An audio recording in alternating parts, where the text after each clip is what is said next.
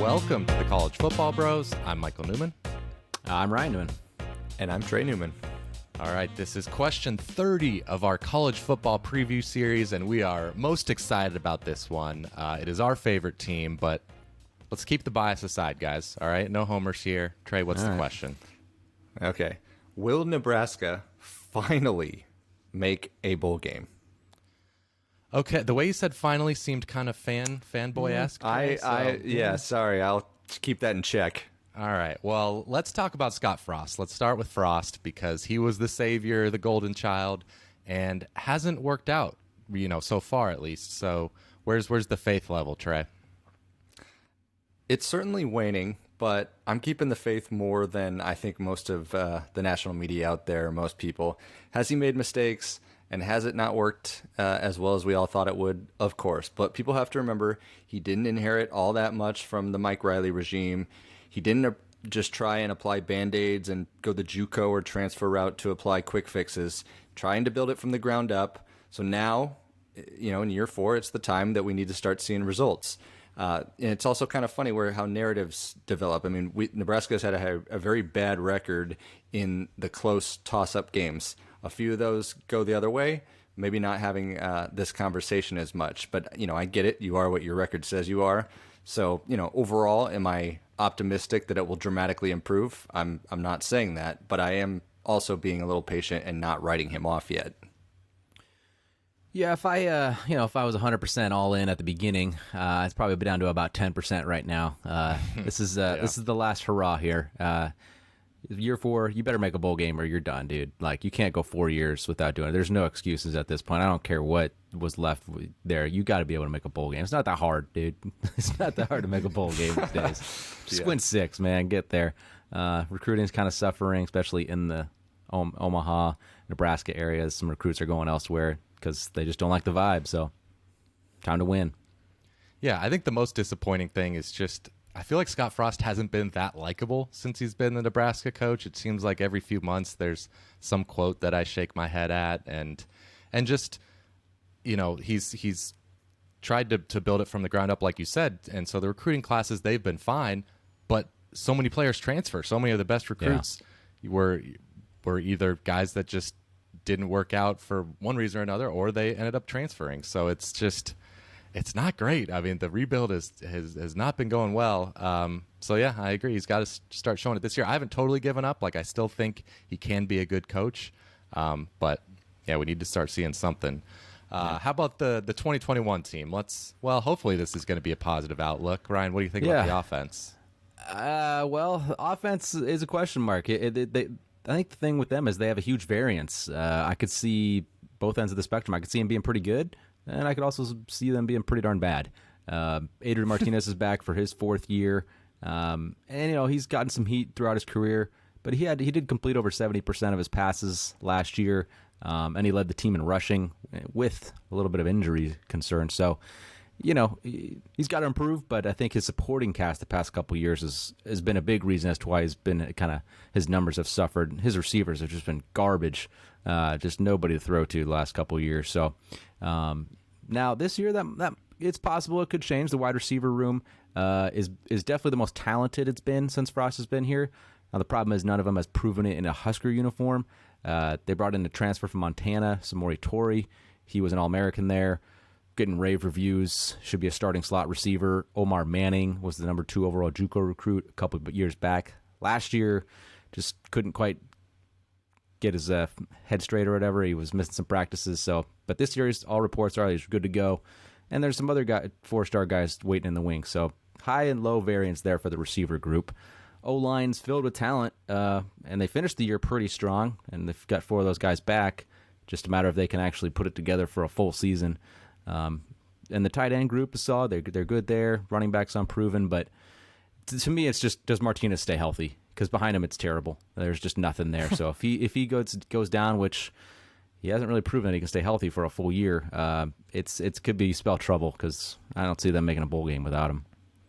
Yeah, his health is obviously the big key. And I feel like last year there were 2 main problems with the offense. You had turnovers, which has been a theme for Nebraska, and a lack of big plays in the passing game. And as far as turnovers, it's going to help not having, the backup Luke McCaffrey came in last year and threw 6 picks in not a lot of attempts. So not having I have that. a better arm than McCaffrey.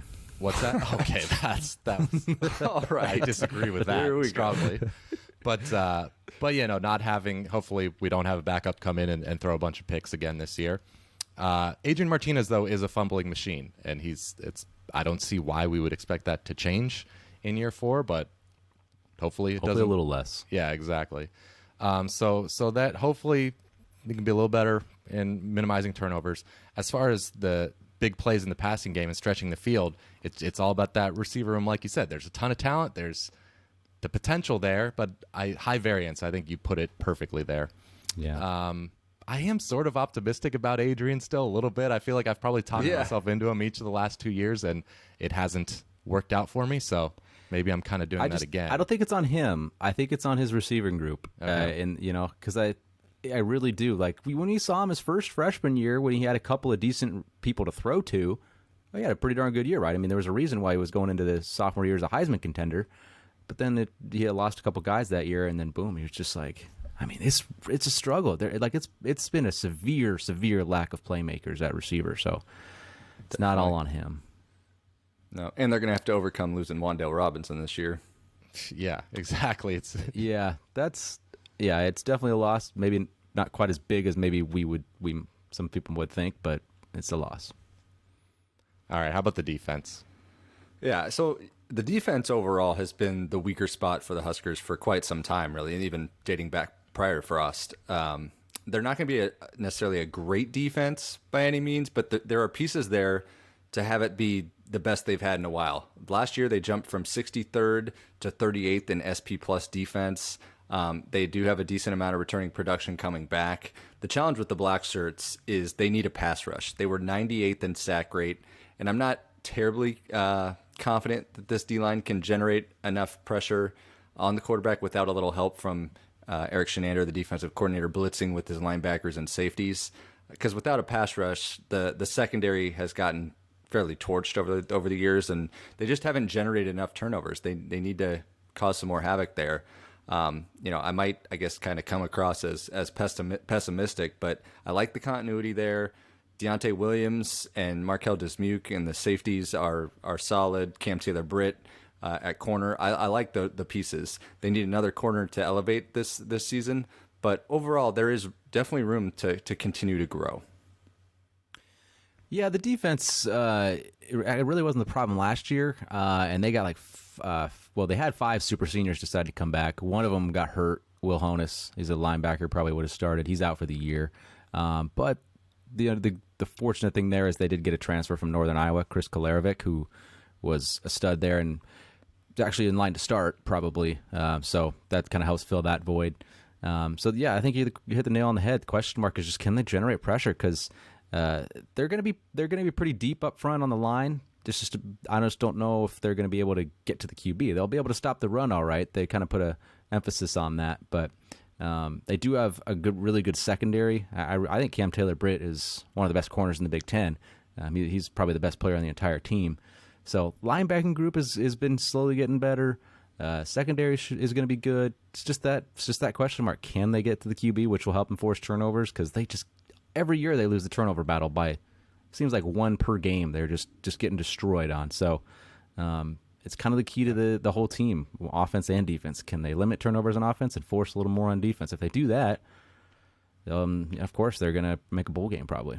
And we didn't mention JoJo Doman at linebacker. He's He's versatile. He's one of our better defensive players. Yep. Okay, let's get to the schedule, which is the biggest kind of problem in this whole question here, because it is one of the toughest in the country. Of course, you always have Wisconsin and Iowa, always tough in the division. And in the East, 2 of the teams they draw are Ohio State and Michigan, which it's unreasonable the amount of times that we've drawn Ohio State. Sorry, I'm being a homer really there, is being a homer there, but it's a lot of play Ohio We State. got screwed our first decade in the conference here. A lot. By the time it's going to be our time to not play Ohio State, there's going to be massive realignment. And we'll be in their division or something. Nebraska beat them the first year in the Big Ten, and then every year since then it's just been a debacle. I feel like we get them off next year, if I'm not mistaken. It's either next year or the year after. Like it's like 1 year we don't play them. They'll have a down year that year. It'll be Yeah. No. Yeah. No. I don't see that happening anytime soon. But okay, getting back to the schedule though. Yeah, we got Ohio State and Michigan.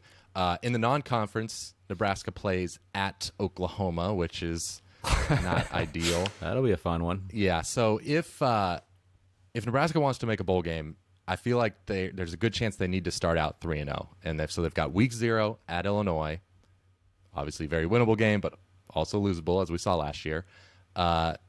Fordham, there's a kind of a gimme win, That's and a then win. Buffalo, which is not a gimme win. Buffalo is pretty good, but obviously Nebraska will be favored. So we'll see.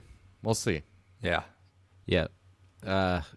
That first game, week 0 at Illinois. I mean, even Frost. We were talking about media days here in the Big Ten.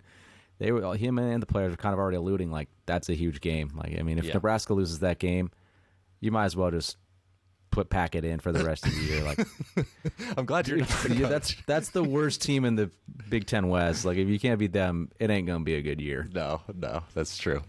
All right, well, let's answer the question of the episode. Will Nebraska finally make a bowl game? I'm saying they do make a bowl game. I think the offense is going to be more consistent than they were a year ago. The wide receivers are going to have much more of an impact than they did last year. I like Adrian to bounce back a little bit. Not saying they'll be great, but I'm going to see improvement. The defense won't bend. They'll bend but not break. We've talked about Illinois is that huge game. And, really you look at that schedule outside of the game at Oklahoma, every game is reasonably winnable until November when they just have that brutal slate against Ohio State, Wisconsin, and Iowa. So they got to get those wins early, and I think they will. Yeah, I agree. I think Nebraska goes 6-6. Defense, should be pretty good, and I think offensively there's bound to be more big plays. You got to think Adrian Martinez experience can only help. So hopefully year 4 is his best year, and I think they can squeak out 6. Yep. No, I don't think they will. I kind of, when I was talking about the team, I guess I painted a little bit of a rosy picture, but there's going to be something that happens that just, whether Martinez goes down or we just fumble so much, we lose in the last second. I don't know. We'll just find ways. We've been doing that for 4 years now. I'm not confident.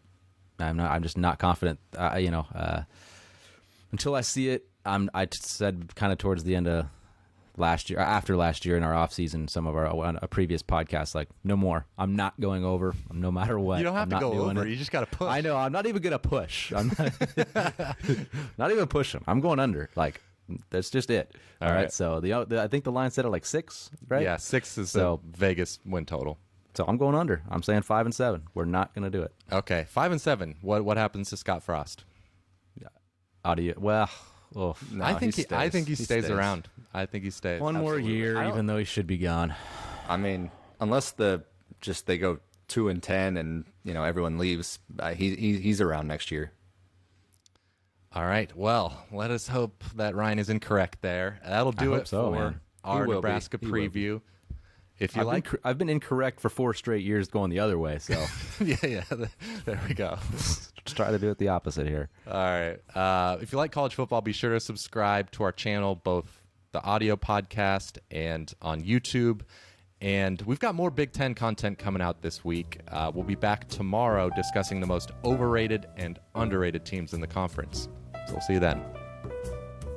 You've been watching the College Football Bros. Be sure to subscribe here on YouTube and in your podcast app for college football content all year round. For bonus episodes and access to our Discord chat, join our Patreon at patreon.com/collegefootballbros. Thanks for watching.